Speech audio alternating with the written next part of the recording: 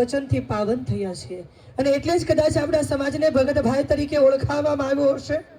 આવું જેમણે કોઈની સાથે ક્યારેય કપટ નથી કર્યું, કોઈ દિવસ કોઈની સાથે વેરભાવ નથી રાખ્યો અને ભીતરના ભાવમાં અધ્યાત્મની જ્યોત આરોપિત કરી છે, એવા આજે આપણા સમાજના સુંદર મજાના કાર્યક્રમમાં મહંત શ્રી બટુગીરી મહારાજની પ્રત્યક્ષ ઉપસ્થિતિ હોય ત્યારે તેમના શરણોમાં વંદન સાથે તેમને આપણે સન્માનિત કરવા છે. જ્ઞાતિજનો, આમ તો સંતના સન્માન ન હોય, સંતને સન્માનની જરૂર પણ નથી, પણ જ્યારે તે પોતાના આધ્યાત્મિક અને સુંદર મજાના ભક્તિમય જીવન ચર્ચામાંથી અને જીવન પરિક્રમામાંથી પોતાના માટે નહીં પણ સમાજ માટે સમય કાઢીને અહીંયા ઉપસ્થિત થયા છે, ત્યારે તેમના અહોભાવને આપણે ઝીલવો જોઈએ, ત્યારે તેના ભાવને આપણે ઝીલવો જોઈએ. એટલે કમિટી મેમ્બરોને વિનંતી કરીશ, પ્રમુખશ્રીને વિનંતી કરીશ, આદરણીય વિનોદભાઈ અને સાથે તમામ કમિટી મેમ્બરોને કે મહંત શ્રી બટુગીરી મહારાજના શરણોમાં વંદન સાથે તેના ગળામાં પુષ્પમાળા પહેરાવી અને તેમના આશીર્વાદ પ્રાપ્ત કરશે. સુંદર મજાની સંતની આ ગરિમા અને સંત સન્માન કાર્યક્રમને જ્ઞાતિજનો આપણે જોરદાર તાળીઓથી વધાવતા રહેશું અને બિરદાવશું. સન્માનિત થવા જઈ રહ્યા છે મહંત શ્રી બટુગીરી મહારાજ, અધ્યક્ષ શ્રી અટલ આશ્રમ સુરત, રાષ્ટ્રીય અધ્યક્ષ શ્રી સંત સભા, અખિલ ભારતીય હિન્દુ મહાસભાના અધ્યક્ષ શ્રી, સર્વે કમિટી મેમ્બરો તેઓને સન્માનિત કરશે. સંત સન્માનની અક્ષરને આપણે જોરદાર તાળીઓથી બિરદાવતા રહેશું.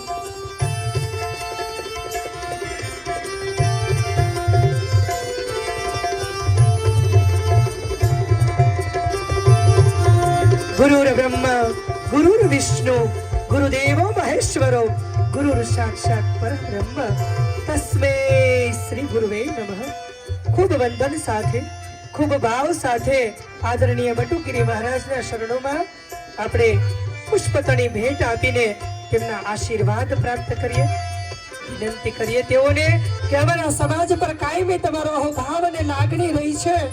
ઉત્તરોત્તર આપની આધ્યાત્મિક ઉર્જાથી અમને પાવન કરજો, અમને આશીર્વાદ આપજો. 22 નવદંપતિઓ પોતાનું ભાવિ દાંપત્ય જીવન સુખમય રીતે પ્રાપ્ત કરે, નિર્વિઘ્નપણે અમારો આ પ્રસંગ પારદર્શક રીતે પાર પડે એવા આશીર્વાદ આપજો.